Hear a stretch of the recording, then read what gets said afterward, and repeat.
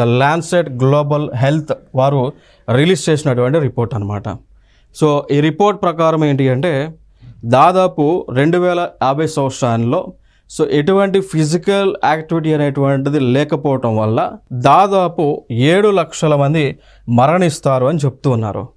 So like ఇక్కడ మనం చూడొచ్చు ద ల్యాన్సెట్ గ్లోబల్ హెల్త్ అనేటువంటి ఒక మ్యాగజైన్. ఇది యాక్చువల్గా ల్యాన్సెట్ గ్లోబల్ హెల్త్ అనేటువంటి సంస్థ ఒక మ్యాగజైన్ రిలీజ్ చేస్తుంది. ఇది హెల్త్కి సంబంధించిన magazine.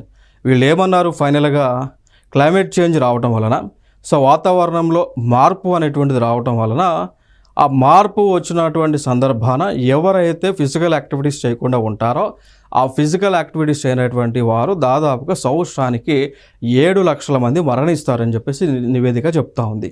That is the point. So like అది ఎక్కడి వరకు బై 2050 కంట. సో బై 2050 కల్లా మనకేమవుతుంది, దాదాపుగా 7 లక్షల మంది మరణిస్తారని చెప్తూ ఉన్నారు.